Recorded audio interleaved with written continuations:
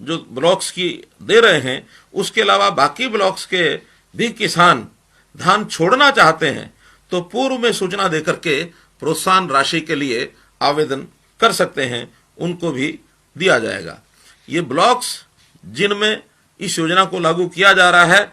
19 blocks में 8 वो block जिनके अंदर धान की बुआई होती है, उनके नाम मैं आपके सामने बता रहा हूं, जिसमें कैथल जिले का सीवण और गुला, इसी प्रकार सिरसा जिले में केवल सिरसा, और फतेहाबाद जिले में रतिया, कुरुक्षेत्र जिले में शाहबाद, इस्माइलाबाद, पीपली और बबैन, ऐसे ये 8 ब्लॉक होंगे। ये ब्लॉक इसके अतिरिक्त जहां कहीं पंचायती जमीन जो ठेके पर दी जाती है, इसमें भी ये जो लेवल है 40 की बजाय हमने 35 मीटर रखा है कि 35 मीटर से नीचे जहां पानी चला गया वहां पंचायती जमीनों को ठेका देने के बाद भी वहां धान की बिजाई वर्जित रहेगी। ऐसे जो 5 ब्लॉक हैं जिनमें इसका प्रभाव पड़ेगा,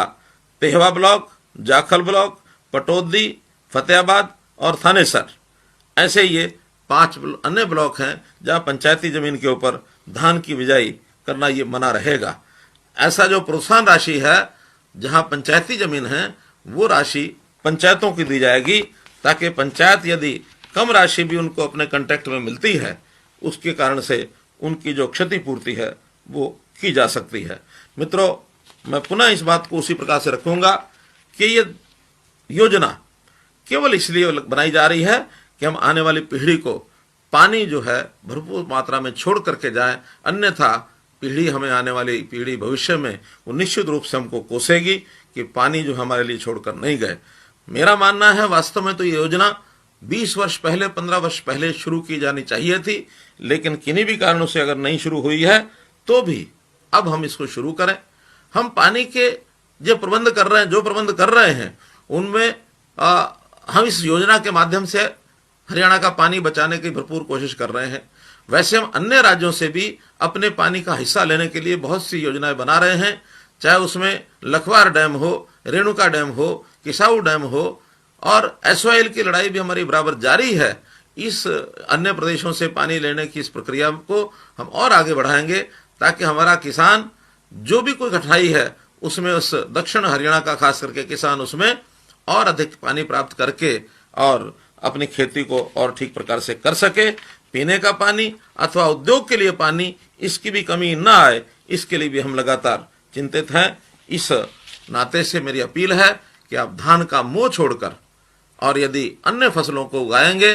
और उसमें इस उद्देश्य की पूर्ति करेंगे तो एक बहुत बड़ा, एक योग्य, सफल ये काम होगा। पिछले साल हमने इस योजना की घोषणा की थी,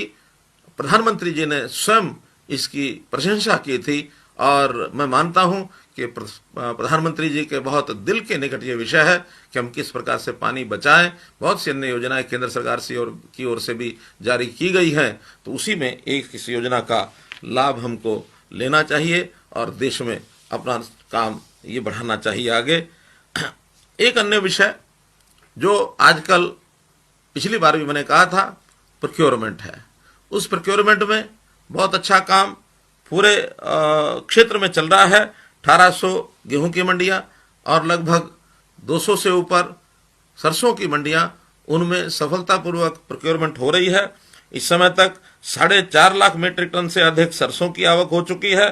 और लगभग 50 लाख टन से ऊपर गेहूं की आवक हो चुकी है। सरसों की फसल बिक्री के एवज में 800 करोड़ रुपया किसानों के खातों में ये जा चुका है, और इसी प्रकार गेहूं के लिए भी 820 करोड़ रुपया हमने भिजवा दिए हैं। ये राशि रिलीज हो गई है, बहुत जल्दी 1 या 2 दिन के अंदर किसानों के खातों में चली जाएगी। इसमें एक विषय, कोरोना की आपदा की लड़ाई के समय सारा समाज इसके अंदर जुटा है, हमारे किसान मजदूर भी इसमें जुटे हैं। एक जो बात मुझे आपसे ध्यान करानी है, खास करके किसान भाइयों से, हम लोग इस कोरोना के आपदा के समय अगर ध्यान करेंगे तो इस समय पूरी सेवाएं,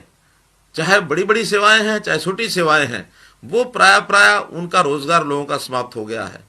जो औद्योगिक इकाइयां हैं वो भी पिछले दिनों में बंद हो गई थी, दोबारा से उनको चलाने के लिए अभी प्रयत्न किए जा रहे हैं। और उन दोनों के मुकाबले में यदि हमारा कृषि क्षेत्र, हमारा किसान बंधु है, अपेक्षाकृत सुरक्षित है,